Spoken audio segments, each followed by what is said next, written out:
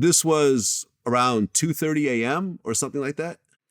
So the actual fake attack happened around 2:05, 2:06, around that time, a.m. Okay, so Jussie is outside getting a Subway sandwich around 2 a.m. and suddenly two guys wearing MAGA hats run up on him. Tell me how the situation actually happened. Okay, so only one of us had a red hat. It wasn't an actual MAGA hat. It was just a red hat. And that's because they don't sell MAGA hats in Chicago. And the super liberal city. Yeah, the beauty supply that we bought the hats GD from Blue. only had one red hat left. So that's why only one person was wearing a red hat. So what happens is we get there at 2 a.m., like the spot where we're supposed to meet. We're supposed to meet them at the end of the stairs and collide exactly at 2 a.m. and go through the whole skit. But he's late. He doesn't show up exactly at 2 a.m. So me and my brother walk to this bench and sit at the bench and just freezing our asses off. Cold as balls. Yeah, just freaking freezing. And we're waiting and we're like, it felt like we're out there forever. So we're just waiting and we're like, if he's not here in the next couple of minutes, we're leaving. Out of there. Yeah, it was too cold. Too cold. Yeah. So about 4 minutes pass by and we see Jussie walking, mind you, from the wrong direction. He was supposed to be coming from another direction, but he's coming from the wrong direction. My brother catches him from the corner of his eye. So we're like, okay, that's him. Let's go. And that's when the whole thing starts and commences. Yeah, that's when we began to the altercation. But before that, we were there for we got there early. We got there like 20 to 30 minutes early. So walking through the polar vortex was terrible. Mind you, we had hand warmers and we put the hand warmers in our toes and we were layered up. Dressed in all black, but it was cold, colder than penguin feet. It was unbearable. And people think, oh, were you having thoughts of not doing it? Not because of what we were doing, but because of how cold it was. I was like, man, gee, let's just go home, man. This shit is crazy. Home is much warmer than this. So, and before the attack, like a day prior or when Jussie told us about doing an attack, we had formed characters for ourselves.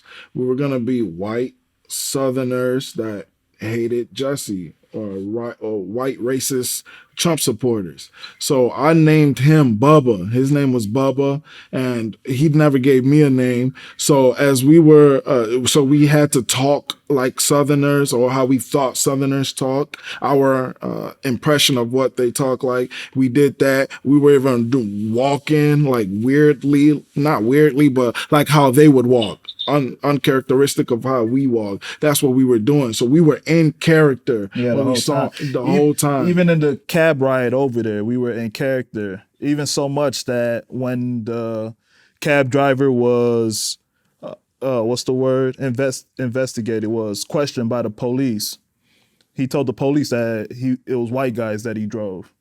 He said it was white guys that he drove.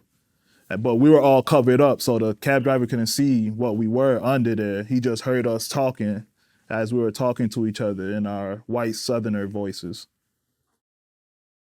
Okay, so the staged attack happens.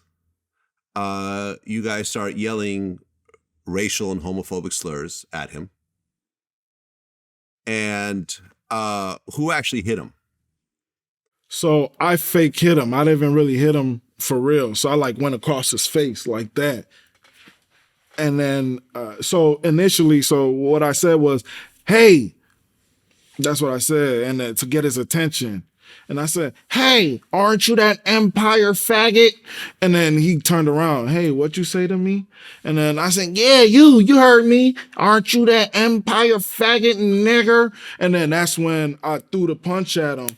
And then we started tussling. wrestling and whatnot, and I made it look like he fought back and like made him push me a little bit, and then I grabbed him and threw him to the ground. Boom. And then that's when I started like fake kicking him. And then that's when my brother came and he did what he was supposed to do. Yeah, I was in charge of the rope and the bleach. Put the rope around his face. I didn't put it around his neck and had it all tangled up and twirled up as people saw in the police footage. I just put it on his face and threw the bleach on him.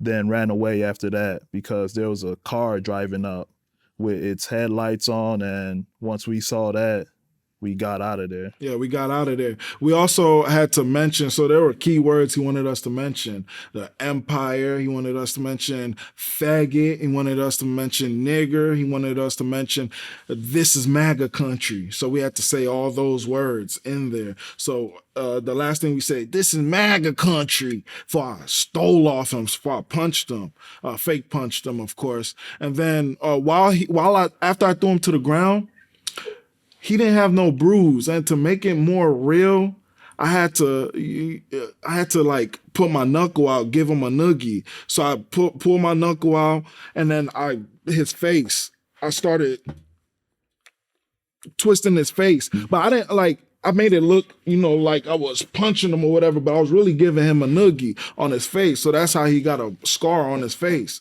And then that's when my brother put the rope on him, and I saw the headlights. I got out of there. I got little and got out of there because I didn't know, I didn't want them to like call the police or see it because, police weren't supposed to be involved. He never told us police were supposed to be involved.